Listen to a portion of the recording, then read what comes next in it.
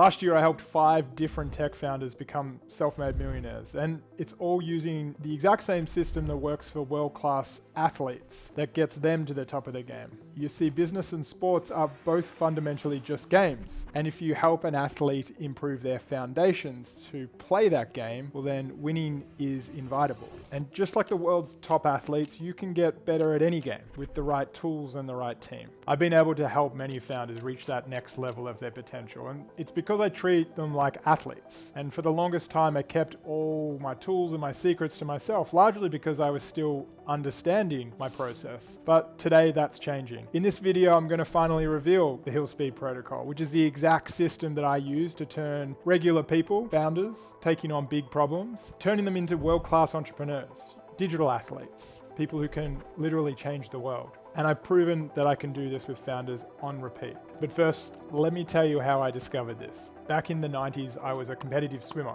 I would train 6 days a week. I would get in the pool before school, before my day started, and then I'd have another session later on in that evening. I trained hard and I could swim, but I wanted a bigger challenge. So I decided to do a sport called triathlons. Now, in case you don't know, triathlon is a swim, a cycle, and a run, typically anywhere from a sprint distance, probably know as an Ironman triathlon. My specialty was Olympic distance, so 1.5k swim, 40k bike, and 10k run, to use the metric system. So I started competing in triathlons, and I figured out the bike pretty quickly. You can do that as an elite level swimmer, but that's the easy part. And I made a mistake. Rather than taking my training regime, which was like 12 sessions a week at that point, and adapting it around the new sport, cycling and running, I just added more training into my schedule. And that's just what we did back in the 90s. You know, as triathletes, we trained a lot. It got me to the elite level, but it wasn't sustainable. Eventually, it got to the point where it was all too much. And at 21, I burnt out as an athlete. Look, I still wanted to be involved in sport, so I went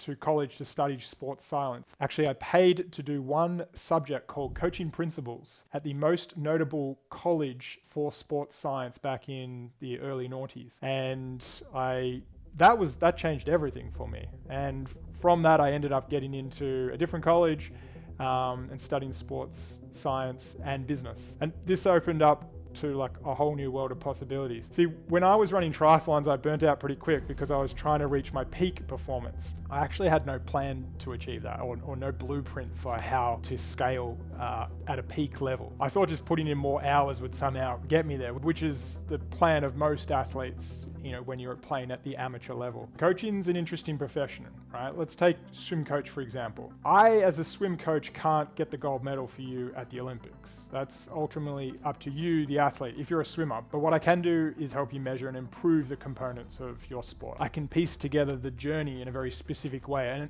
across a very intentional timeline. And this is called growth sequencing and growth periodization. It's when training is divided into specific phases and you focus on improving things like endurance or speed or some other key aspect of the sport, and you do it in a very specific way so you don't burn out. And it's literally the only path to unlock your potential as an athlete to perform at your peak sustainably. So the world's best coaches aren't necessarily responsible for whether the athlete wins or not. They're designing systems that make winning inevitable in a competitive environment. So the journey of learning to coach and work for athletes for me was such a satisfying journey. And one thing I was world class at as an athlete was being an effective training partner. In every professional training squad around the world, you typically find there's only a few superstar athletes and the rest are really kind of high quality training partners. They don't get to stand on the podium as many times as the superstars. They aren't as elite across a full spectrum of the sport, but a good training partner knows how and when to push the squad, knows how to get the squad to the next level, the right moment in each session. So behind every world-class champion in sport, there's usually a team of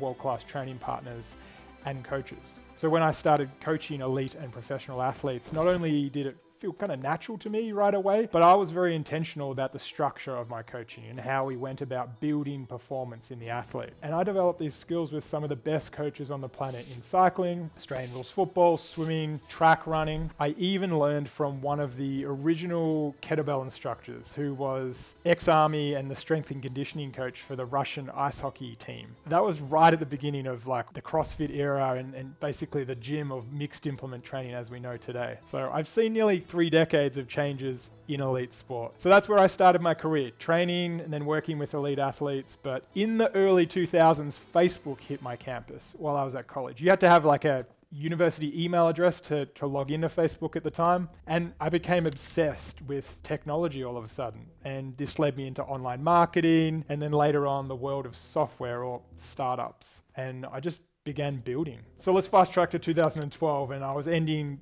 what was my first proper startup. It really was like an expensive side project, let's be honest. For 3 years, it cost me a lot of time and money, but I found a really great CTO co-founder. And he unlocked the ability to work on another project that I'd been building on the side, something in the hospitality supply chain. And I'd won several competitions with this idea and built a few prototypes with teams, at the companies I was working with at the time, but I just knew it was going to be an impossible venture to execute without a really great CTO. So this CTO co-founder comes into my world and he was 10 years younger than me at the time, but we complemented each other. We were like brothers. While we had no idea what we were doing in hindsight, we were really good at building product and getting customers to use products. So we decided working together made sense. We would finish our day job at 5 p.m. We'd meet up at like the local co-working space at 5:20, grab a sandwich, grab a Red Bull, and we would literally code and design every night until 11:45 p.m. And the only reason we stopped at 11:45 was because the last tram would be at 12:01, I think it was. And otherwise we were sleeping on the floor of the office, which we actually did many times. So we just built prototype after prototype until something landed for the customer. And one day we kind of had millions of dollars in orders going across our platform. That's really how quickly it kind of happens when you're all in. And this is how most great founders have started out over the last 2 decades. You don't really know what you don't know. So all we knew was that we knew the customer, we knew how to serve them and how to solve the problem in a unique way, and my CTO could build anything, so we just tried to figure the rest out on the fly. Now, in the startup world, 2 things are going to kill you. Either you don't grow fast enough, or you grow too fast, or grow in the wrong way. So in my case, it was part 2. We grew fast in the wrong way. And by end of 2016, I was 4 years into the company. We were the first Australians ever to be admitted into this accelerator program in Berlin. To the rest of the world, it looked like things were just kind of ramping up and we were becoming a serious company. But behind the scenes, it was all crashing down. It was crashing and burning. And over the next 2 years, I ended up in the same place as my triathlon days. I burnt out completely again. And this time it was really embarrassing. In the mix of my life going to zero in that time, and having to pick myself up in life from all areas, I basically just had the ability to take phone calls from other athletes and be there and say, how can I help? When I say athletes, I mean founders. I burned out in triathlons and I burnt out building startups. But when I became a sports coach, I figured out how to periodize growth and avoid burnout completely. So what if I could take the same principles that I applied to coaching elite athletes and use them to improve the path of growth for founders? This was a game changer. This was like a revelation to me. What if I could treat growing a company exactly like getting better in sport year on year? You're going from junior elite to senior elite to professional, and then learning how to be a professional. This is why I call my coaching clients digital athletes, because sports and business are just games, and you can get better at both. But back then, and even now, I think the quality gap between business coaching and sports coaching is insane. Sport is 2 decades ahead of where we're at in business coaching, and this is the problem I needed to solve. And this is why I created the Hill Speed Protocol, which is a system for treating your company like a sport and working backwards from your core game metric. And I've used this system dozens of times with my athletes, and it's got them through their first million, into their third million, and on a trajectory to hit 10 million in the right way. And I've kickstarted hundreds more founders into a better path of growth as a founder. Now, for years, this protocol was one of my closest guarded secrets, and I've done a few hundred iterations on it now personally, and I've seen the power it has to change lives. I've seen how it creates leaders, and I want it to change yours. So today,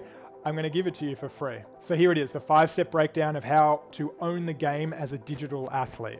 The Hill Speed Protocol breakdown. At the most fundamental level, being a founder means taking ownership of the performance of your company, and you need a way to track that. But this isn't a cute little framework for tracking your business. There's more than enough of those in the business world. There's more than enough frameworks. There's more than enough systems. They aren't well-rounded systems, and they don't help you govern performance in a startup. That's why I created the Hill Speed Protocol. It's designed to help you understand the game you're playing, the one you designed, so that you can play it with more depth that anyone else is prepared to play.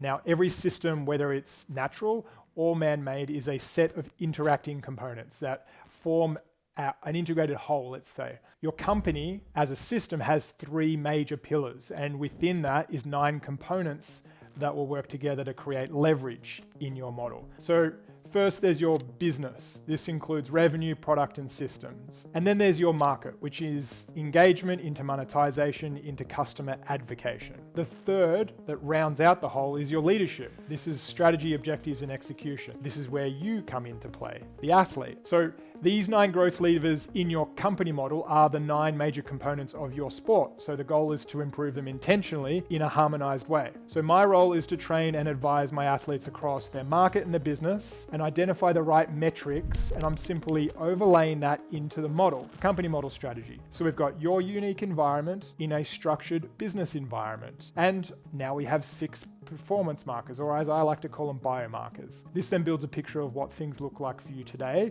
and how they would change with growth. Remember, with growth comes change, and a lot of founders forget this. It's a double-edged sword growing a tech product. So the other 3 core components are to do with the leadership of that. The pillar we are talking about, the leadership pillar, is about taking the first 6 biomarkers and making sense of that through strategy, how growth changes over time. This is actually a very well-known process of OKRs, or objectives and key results, although I've found that most teams in business get this process completely wrong, because if you have an objective in business that is subjective or emotionally designed, then you have opinion. And where opinion exists, you will get politics. Using my Hill Speed protocol, it forces you, your athletes, your advisors, your team to create objective truth, something that is completely undeniable to the whole team, and we build from there. This is how I bring agreeable structure into business that aligns everyone without the need for politics, opinion, and emotion. You see, sports only work because they have rules and boundaries, like the lines in a tennis court.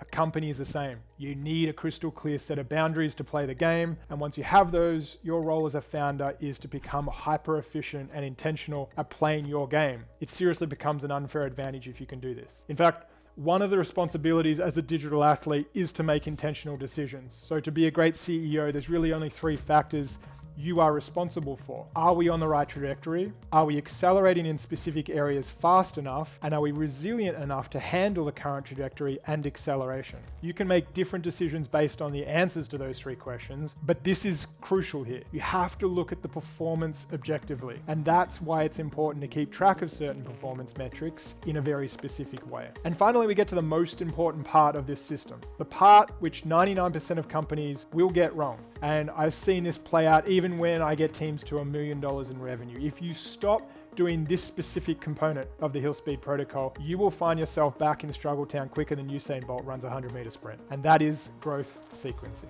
the most defining element of coaching for all professional athletes and founders. And the part of the world I failed at to own when I was training for triathlons and as a founder when I was building companies. And I see thousands of others today around the world, founders, failing at this in real time. So many founders try to improve everything all at once, and VCs and the ecosystem actually encourage this, and it doesn't work. It never has worked in sport, and it doesn't work in business, especially in 2024. You can't hack your way to the top. Instead of that, what you want to do is be very intentional, very targeted about growth, building your foundations for performance as a company and as a CEO. So there you go. This is the process I use to build CEOs into world-class digital athletes. People, leaders, founders who never stop getting better. Building a startup is better when you have an experienced coach. Being the CEO of a tech company is so much more fulfilling and rewarding if you can have someone next to you who is responsible for building you, the athlete, as you grow the company. That's what I do as a coach. And if you're an experienced founder, if you're capable, if you've got the tools and the resources you believe, but you're not stepping into your potential, then maybe I can help you level up in this journey. Maybe I can help you get to that next milestone quicker. If you want to know more about my program at Hill Speed, click the top link in the description and we can unpack your company model on a call together. Thanks for watching. And remember, as CEO, it's your game to own.